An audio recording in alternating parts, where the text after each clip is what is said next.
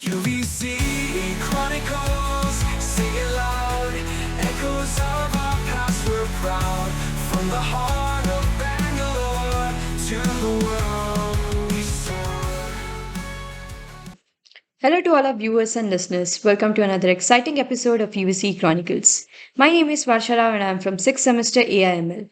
And on today's episode, we are joined by Mr. Lohith Naidu. Mr. Lohith Naidu is a 2009 CSE graduate. He has worked in companies like Microsoft, Amazon, IBM, Roblox, etc., and is currently working at Walgreens Boots Alliance as the senior principal engineer. He is also an investor and startup advisor and co-founder and CEO at Metricrealities. Welcome to UVC Chronicles, sir. Thank you for joining us today. So at Thank UVC you. Chronicles, we believe that nothing beats a first-hand introduction. So I would request you to please briefly introduce yourself. Thanks, Varsha. And I consider myself as a builder. I have been writing code for a living for a long time. I did my engineering and learned how to code for the first time with UVCE, and it's very nostalgic in nature. But however, I worked for some big tech companies like Microsoft, Amazon, Roblox, IBM was also very big back in the days. And today, I actually have three startups running at the same time. It's like Petabytes AI, HireCo, and Metricrealities. One of them, I'm an investor. The other two, I'm directly involved. I'm serving as a CEO and CTO respectively. And I love people who build and forming teams, and specifically in India because I actually get a great talent for cheaper the cost. So I actually hire teams and build companies in India and invest on them. Sometimes entrepreneurial in nature, people come up to me, and if I like the idea as well.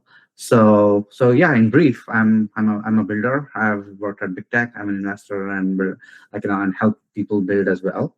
And I'm also a small size inventor. I have about 15 patents granted, and some of them filed and waiting to be granted. Yeah, that's the thing. Thank you for the introduction, sir. So can you tell us about your childhood and what led you to choose UVC for engineering back in 2009?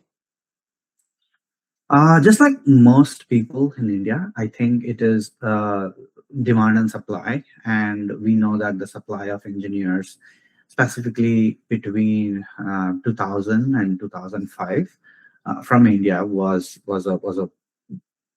a master blaster. And we actually had so many people making a lot of money because engineering was the primary learning that people went through, and actually they became builders of especially computer science in nature.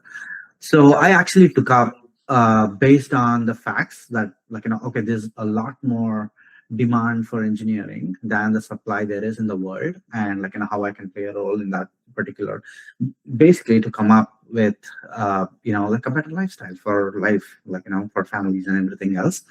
I did not realize how passionate I would be. I'm a kind of person. I thought if I become a doctor, I would be good at it. If I took anything, I would be good at it. So I would rather pick something that would make more money in the long run. So that was my primary reason to pick up engineering, though. But later I became so passionate, and I wouldn't be nothing else other than being an engineer at this point in life when I look back. Yeah, I mean, my schooling, everything happened in Bangalore, and it's very typical. There's nothing atypical out there.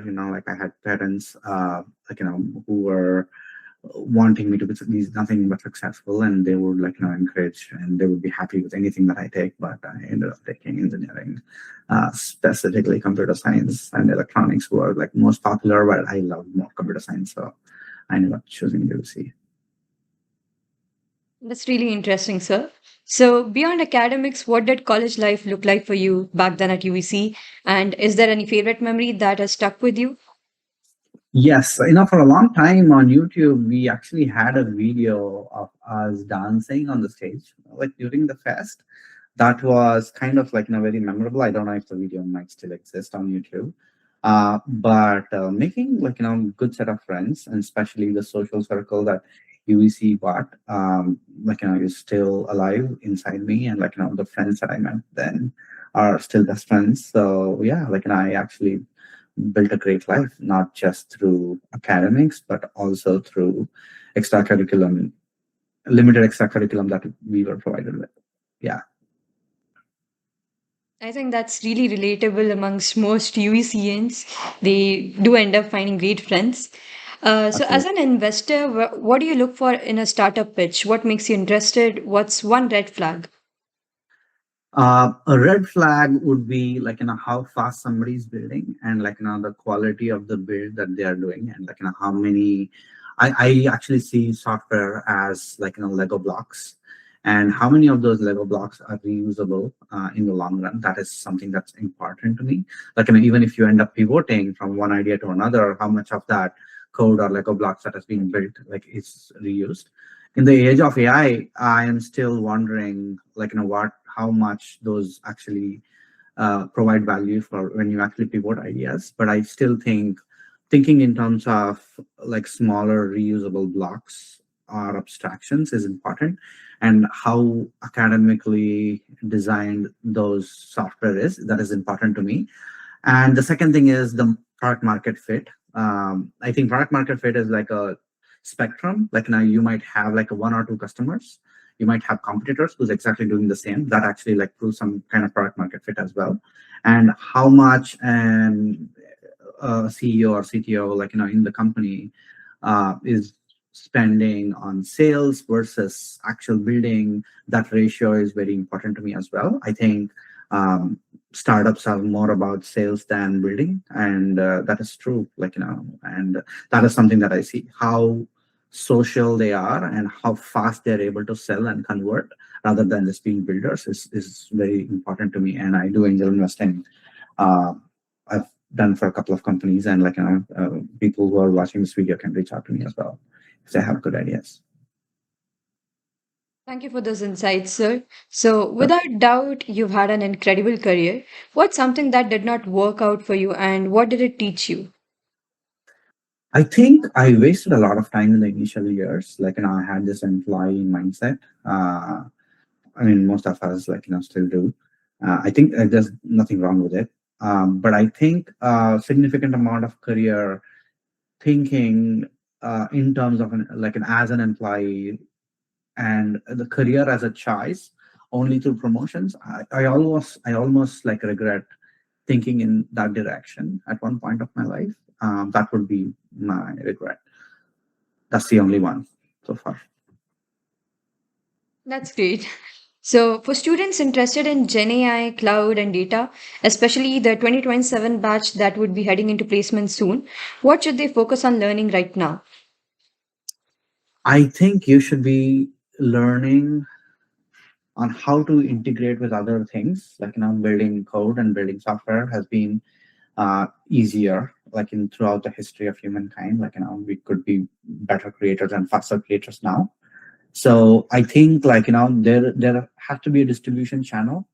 Example, just pick we are on Google Meets, right? How does things integrate with Google Meets or Teams or Workday? Pick up anything.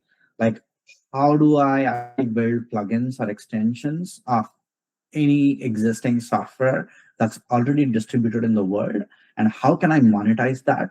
So that key connection is more important, and I think people should think in that direction.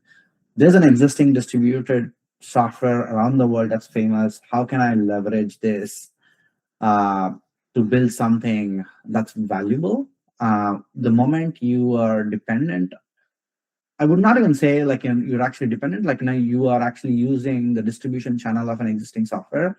Automatically, you have a lot of clients around it. So I would not discourage people from building something from the scratch, but I would be more interested, at least as an investor, in products which are well integrated with an existing ecosystem that has a large distribution of people who are using it. So, just building new features maybe on top of something that already exists and is used by a lot of people. Correct. And ecosystems that can actually connect to multiple things. Example, let's say you build a plugin that works with Google Meets, AI plugin, let's say, Google Meets and Teams and Zoom and what else there exists. So these integration touch points and building your product, any product ideas that actually you can build, and they fundamentally connect automatically to existing software that are famous in the world. I would say, build on top of them and double down on top of them. It's yeah, it's a key for success of a startup in my view. Those are some great points. I think those are the points that even I would be remembering and implementing, sort of.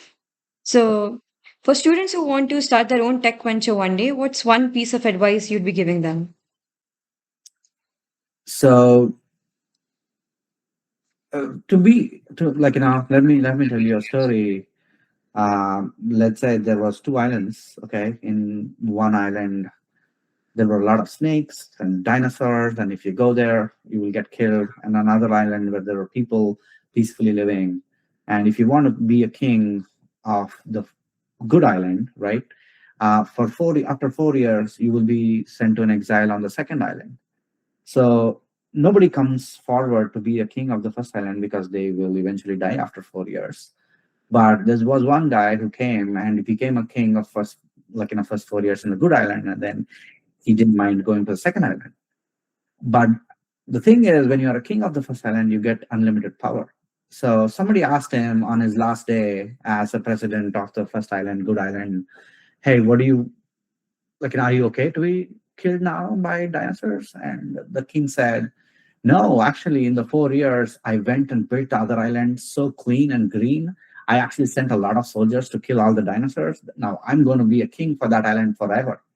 So I think your existing job is basically or any job that you actually seek is like your first island. While you are earning and making money, I think you should parallelly work harder to build that second island, which is your own startup, and then switch rather than just leaving everything and trying to do at the same time. Especially from the economic backgrounds most of us in India come from. I would say that's actually key. Work hard, work harder. Sleep 6 hours a day, doesn't matter. But build your second hustle while your first hustle is going very well. I would say maybe that's a unique suggestion I would probably give people. That's a wonderful analogy. I mean, the way you connected the two stories and explained it, that was really great. So, thank you for joining us today, sir. It's been an incredible pleasure of mine to have this conversation with you. I've got to learn a lot, and I'm definitely inspired. And I'm sure that all of viewers and listeners are also extremely inspired after listening and viewing this conversation. Thank you once again, sir. Thank you, Varsha. It was great talking to you, and you're doing a wonderful job. And I think words like these and experiences can add value to somebody else. And thank you for interviewing.